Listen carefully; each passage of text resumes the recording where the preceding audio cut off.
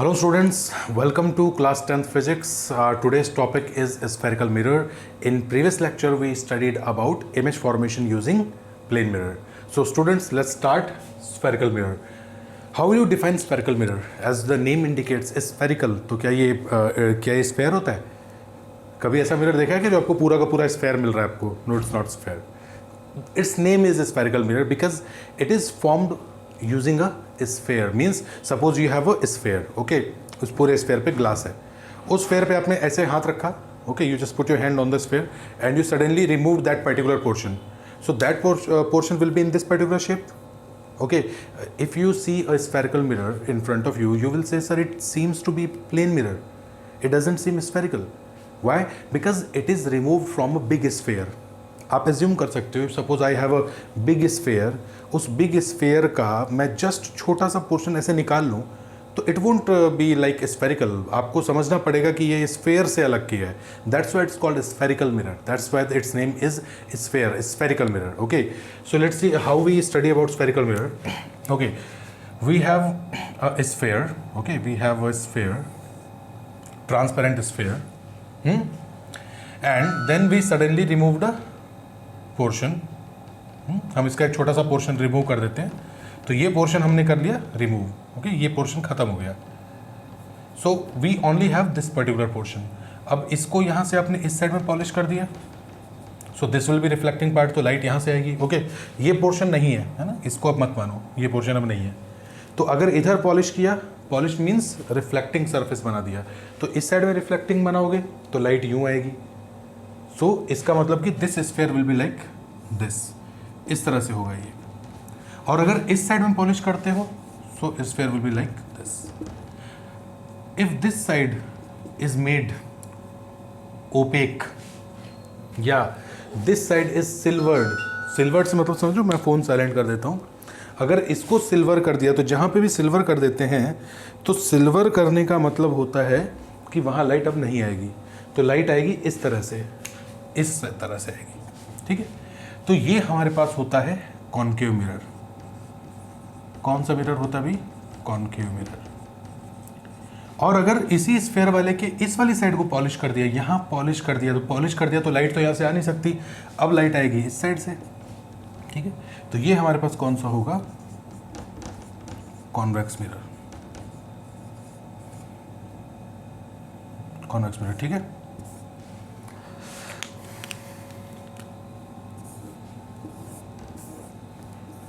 समझ गए भाई. लाइट अगर जो है, देखो, इफ द कॉन्वेक्स पार्ट, ये जो आउटर पार्ट होता है, this is called outer part, this is called inner part.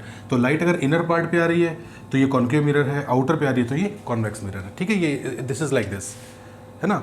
अगर इसको पॉलिश कर दोगे तो लाइट इस साइड से आएगी, तो ये हमारे पास हो जाएगा कॉन्वेक्स. और यहाँ पॉलिश करोगे, लाइट इधर से आएगी, तो ये हो जाएगा concave. So you can write for spherical mirror, या डेफिनेशन जिनको लिखना है वो नोट कर लें इसको. I hope you can see the board. Yes, you can see. तो डेफिनेशन आप नोट कर लीजिए. Spherical mirror, it's a part of a transparent sphere. It's a part of transparent sphere. After removal of the small portion from transparent glass sphere, we polish either side. Means कहीं पे भी polish कर सकते हैं. If we polish outer portion then it is called concave mirror. If we polish inner portion then it is called convex mirror. है ना, समझ सकते हो, कोई दिक्कत नहीं है.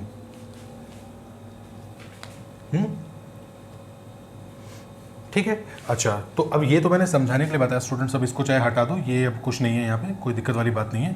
सो ये चाहो तो हटा सकते हो. मैंने बस आपको बताया है कि आप स्फेरिकल मिरर रखोगे तो उसको मैं कंप्लीट इस तरह से स्फेयर बना सकता हूँ. ठीक है, अब ये समझ लो कि ये सब है ही नहीं, कोई कुछ नहीं है यहाँ पे, ये ओनली ये चीज़ें हैं. So let's start with some of the terms. है ना, स्फेरिकल मिरर दो टाइप के होते हैं, कॉनकेव मिरर होता है और कॉन्वेक्स मिरर होता है. कॉनकेव ये होता है, कॉन्वेक्स ये होता है. Okay, now there are some terms which you need to know. One is called principal axis. This is point P. Principal axis क्या होता है?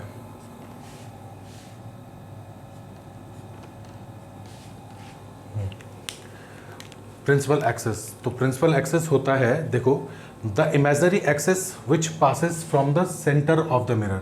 भाई ये मिरर है, मिरर के सेंटर से जो इमेजनरी एक्सेस पास होता है, the imaginary axis passes from the centre of the mirror is called principal axis. ठीक है, तो एक्स एक्स डैश जो है इसको आप कह सकते हो principal axis.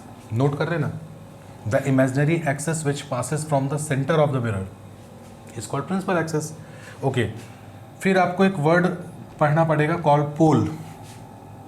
P stands for pole, also called vertex। देखो बच्चों, पोल क्या होता है? The geometrical centre of the spherical mirror is called pole.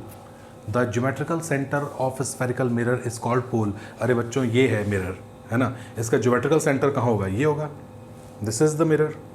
The geometrical centre of the mirror यानी कि बिल्कुल P पॉइंट जो है, इट इज कॉल्ड पोल और वर्टेक्स। ठीक है, एक और जरूरी लाइन जो इसके साथ आपको नोट करनी पड़ेगी, लिखना पड़ेगा, all the distances are measured from the centre of the mirror, means pole. इस लाइन को नोट कर लेना, all the distances are measured from the centre of the mirror which is called pole, है ना, सभी डिस्टेंसेज वहीं से measure होंगी। ठीक है, अच्छा, फिर आता है आपका centre of curvature, C. C stands for centre of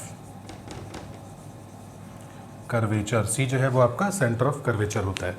ठीक है, अच्छा, तो सेंटर ऑफ कर्वेचर कैसे पढ़ते हैं बच्चों? कोई बहुत बड़ी चीज़ नहीं है। सेंटर ऑफ कर्वेचर होता है the centre of the point, और you can say the centre of the mirror, centre of the transparent sphere whose mirror forms a part. ये पूरी डेफिनेशन है। The center of the transparent sphere whose mirror forms a part, यानी कि वो transparent sphere, transparent glass sphere जिससे mirror अलग किया गया है, उसका सेंटर ऑफ कर्वेचर होगा। इसका मतलब हर मिरर का सेंटर ऑफ कर्वेचर अलग अलग होता है। Every mirror will have different centre of curvature. अरे एक मिरर को मान लो ये है, इस मिरर को आपने इस वाले स्फेयर से तोड़ा, सपोज, है ना, मान लो मेरे पास दो स्फेयर है, एक छोटा स्फेयर है, एक बड़ा स्फेयर है। तो छोटे स्फेयर से मैंने जिस टुकड़े को निकाला और मैं मिरर बोला उसको, उस स्फेयर का सेंटर इस छोटे वाले का सेंटर ऑफ कर्वेचर होगा। And suppose if I have a big sphere, उसका अगर छोटा सा पोर्शन मैंने निकाल लिया बाहर, तो उस वाले स्फेयर का सेंटर इस मिरर का सेंटर ऑफ कर्वेचर होगा। यानी कि मिरर को जिस स्फेयर से आप रिमूव कर रहे हो, उस स्फेयर का सेंटर जो है, that will be called centre of curvature. ठीक है ना, कोई दिक्कत वाली बात नहीं है। तो ये नोट कर लेना। अच्छा, ये जरूरी बात लिखना, the ray which passes through centre of curvature retraces its path। Note कर लेना इसको, the ray which passes through centre of curvature trace करना, दोबारा आना, है ना, retraces its path। The ray which passes through centre of curvature retraces its path। और ऐसा क्यों होता है बच्चों? देखो, अगर कोई रे सेंटर ऑफ कर्वेचर से पास होगी, मान लो कि यहाँ से कोई रे है, ये सेंटर ऑफ कर्वेचर से पास हुई यूं, तो यहाँ से स्ट्राइक होके वापस आएगी इसी पे। कोई रे अगर यहाँ से पास होकर सेंटर ऑफ कर्वेचर से पास हुई और मिरर से रिफ्लेक्ट हो गई तो वापस आएगी। वापस क्यों आएगी? दिमाग लगाओ, क्यों आएगी वापस? इसलिए वापस आएगी क्योंकि सेंटर ऑफ कर्वेचर तो सेंटर पॉइंट होता है। अरे एक बात बताओ बच्चों, अगर आप नॉर्मल ड्रॉ करोगे, मान लो इस स्फेयर पे मैंने कहा कि भाई ज़रा नॉर्मल ड्रॉ करो, नॉर्मल मीन्स 90 डिग्री। अरे इस पर तुम 90 डिग्री बनाओगे तो सी से ही तो पास होगा। इस पॉइंट पे 90 डिग्री बनाओगे तो भी सी से पास होगा। इस पॉइंट पे 90 डिग्री बनाओगे तो भी सी से पास होगा। तो मतलब कि नॉर्मल, यानी कि अगर सेंटर ऑफ कर्वेचर पे कोई रे जा रही है तो एक्चुअली वो नॉर्मल के अलॉन्ग जा रही है, और नॉर्मल के अलॉन्ग जा रही है, इसका सीधा सीधा मतलब है कि वो 0 डिग्री पे जा रही है। लेक्चर नंबर 1 और 2 जरूर देखना, then you will come to know that if a ray going through और passing through the normal, it always comes back to the normal, means it reflects at the same angle. Laws of reflection, angle I is equal to angle R। तो भैया 0 degree पे रे जाएगी, then it will be coming at 0 degree. ठीक है, so the ray which passes through center of curvature retraces its path। Okay, अच्छा, अब क्या है, एक और लाइन लिख लो। नोट कर लेना, the ray which is parallel to principal axis passes through principal focus after reflection। ये principal focus है F stands for principal focus। Spelling देख लेना यार, हो सकता है गड़बड़ हो, है ना। नोट कर लो, the ray which is parallel to principal axis। देखो ये है रे, ये प्रिंसिपल एक्सिस है, इसके पैरेलल है। The ray which comes parallel to principal axis it passes through principal focus after reflection. मतलब अगर प्रिंसिपल एक्सिस के पैरेलल कोई रे आएगी तो आफ्टर रिफ्लेक्शन वो प्रिंसिपल फोकस से निकलेगी। ये परम सत्य है, इसको आप मान लो। वैसे आपको पता होना चाहिए कि यार ये जितने एंगल पे आएगी आपको 2 पार्ट्स में डिवाइड कर देगी ना, अगर पैरेलल आएगी तो 90 डिग्री से जितने एंगल पे आएगी वो प्रिंसिपल फोकस पे जाएगी। पैरेलल रेज कन्वर्जिंग प्रॉपर्टी होती है।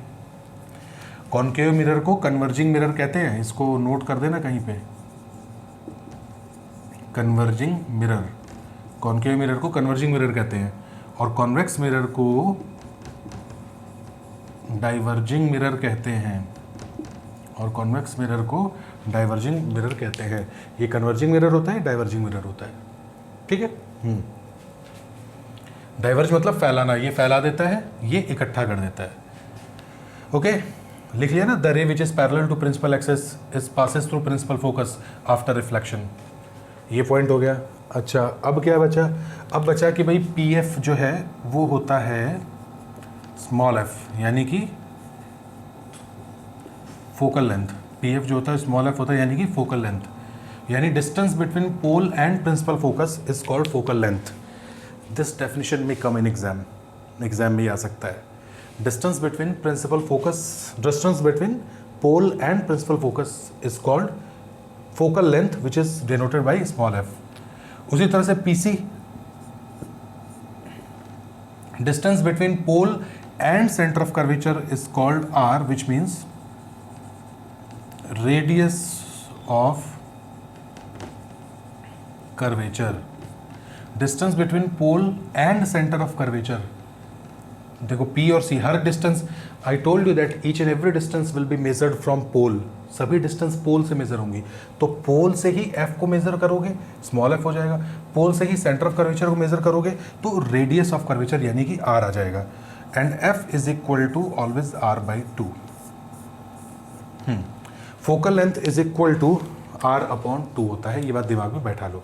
F is equal to R/2। R होता है radius of curvature, so focal length is equal to radius of curvature divided by 2। ठीक है, अरे बात समझ में आ रही है बच्चों? Focal length is equal to radius of curvature upon 2। Radius of curvature का आधा होता है, या आप ऐसा भी लिख सकते हो R is equal to 2F, जैसा आपको मन पड़े, कोई बड़ी दिक्कत नहीं है। ठीक है, तो ये कुछ बेसिक पॉइंट्स थे इसके। अच्छा, एक और बात लिख लेना, principal of reversibility of light. Principal of reversibility of light, आप इसको लिखो, मैं तब तक इसको बोर्ड को साफ करता हूँ। Principal of reversibility of light है वो ये कहती है, लाइट रे रिट्रेसेस इट्स पाथ। देखो, इनकमिंग को आउटगोइंग बनाओगे, स्क्रीनशॉट ले लेना बच्चों, है ना। इनकमिंग को आउटगोइंग बनाओगे तो आउटगोइंग ऑटोमेटिकली इनकमिंग हो जाएगा। इनकमिंग को आउटगोइंग बनाओगे तो आउटगोइंग ऑटोमेटिकली इनकमिंग हो जाएगा। चलो, इस बात को मैं आपको समझाता हूँ एक क्वेश्चन से। वो क्वेश्चन आपके सामने ये है,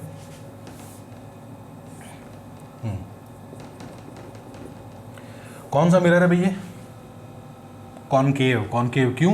क्योंकि आउटर वाली साइड पॉलिश्ड है, पॉलिश्ड है, सिल्वर्ड है या ओपेक है, यानी कि खराब कर दिया इस साइड को, लाइट नहीं आ सकती क्योंकि लाइट घुस ही नहीं पाएगी। और ये है अपने पास रिफ्लेक्टिंग। रिफ्लेक्टिंग साइड मीन्स जहाँ से रिफ्लेक्शन पॉसिबल है, ठीक है, लाइट यहाँ पे आ सकती है। तो दिस इज प्रिंसिपल फोकस। एक लाइट रे प्रिंसिपल फोकस से यूँ पास हो रही है। आप बताओ आफ्टर रिफ्लेक्शन ये कहाँ जाएगी? कमेंट बॉक्स में आंसर करना। एक लाइट रे है वो प्रिंसिपल फोकस से ऐसे पास हो रही है, आप बताओ आफ्टर रिफ्लेक्शन कहाँ जाएगी? आफ्टर रिफ्लेक्शन कहाँ जाएगी बताओ? अरे आफ्टर रिफ्लेक्शन यार, ये आफ्टर रिफ्लेक्शन कहाँ जाएगी? आफ्टर रिफ्लेक्शन यहाँ से देखो टकराएगी and it will become parallel to the mirror. Why it will become parallel to the mirror? I told you, principle of reversibility of light. If incoming becomes outgoing then outgoing becomes incoming. मतलब समझो, एक रे ऐसे आई और ऐसे गई, तो अगर कोई रे ऐसे आई तो ऐसे ही जाएगी. अच्छा ठीक है, कॉपी का पेज पलटो and read it again. I told you, if a ray comes parallel to the principal axis it passes through principal focus after reflection.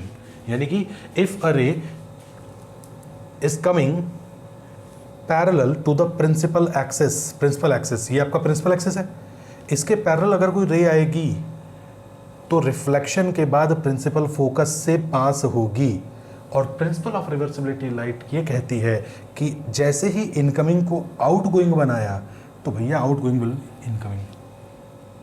If a ray is parallel to principal axis it passes through principal focus, and if a ray passes through principal axis focus it will become parallel after reflection. समझ गए ना? नहीं समझ पाए? अगर कोई चीज़ ऐसे जाके ऐसे आएगी तो हर वो चीज़ जो ऐसे जाएगी वो ऐसे जाएगी. अब इतना तो समझ में आ गया होगा. So this is called principal of reversibility of light. ठीक है, ये होता है कन्वर्जिंग मिरर. देखो बच्चों, सिंपल सी बात है, जो भी रेज यूँ आएंगी वो सब के सब इस पॉइंट पर इकट्ठा होंगी. इसको हम कहते हैं कन्वर्जिंग ऑफ मिरर. मतलब कन्वर्जिंग मिरर है यानी कि आपका है कॉनकेव कन्वर्जिंग मिरर. ठीक है, डाइवर्जिंग मिरर कौन सा होता है? अगर कोई रे जो है वो इस तरह से है, कॉन्वेक्स मिरर को बोलते हैं डाइवर्जिंग मिरर. कॉन्वेक्स मिरर इसको बोलते हैं डाइवर्जिंग मिरर. और इसमें करना कुछ नहीं होता, लाइट रे जो है वो यूँ आएगी तो यूँ चली जाएगी, यूँ आएगी तो यूँ चली जाएगी, इस तरह से. इसका फील्ड व्यू ज़्यादा होता है, फील्ड व्यू. अरे साइड व्यू मिरर भी इसी को कहते हैं. जो साइड व्यू मिरर आपने सुना होगा ना नाम, साइड व्यू मिरर, वो इसी को कहते हैं, कॉन्वेक्स मिरर को ही. ड्राइवर्स मिरर भी इसी को कहते हैं, साइड व्यू मिरर के साथ साथ ड्राइवर्स मिरर. ठीक है, ये बात दिमाग में रख लेना. अच्छा, अगर किसी मिरर के आधे हिस्से को मैं ब्लैक पॉलिश कर दूं तो इमेज कैसी बनेगी, पूरी या आधी? If half portion of a mirror is black polished, ठीक है, उसको मतलब खराब कर दिया, then what will happen? Image उतनी ही बनेगी बट लेस इंटेंस बनेगी. इमेज में फ़र्क नहीं पड़ेगा, बस इंटेंसिटी कम हो जाएगी.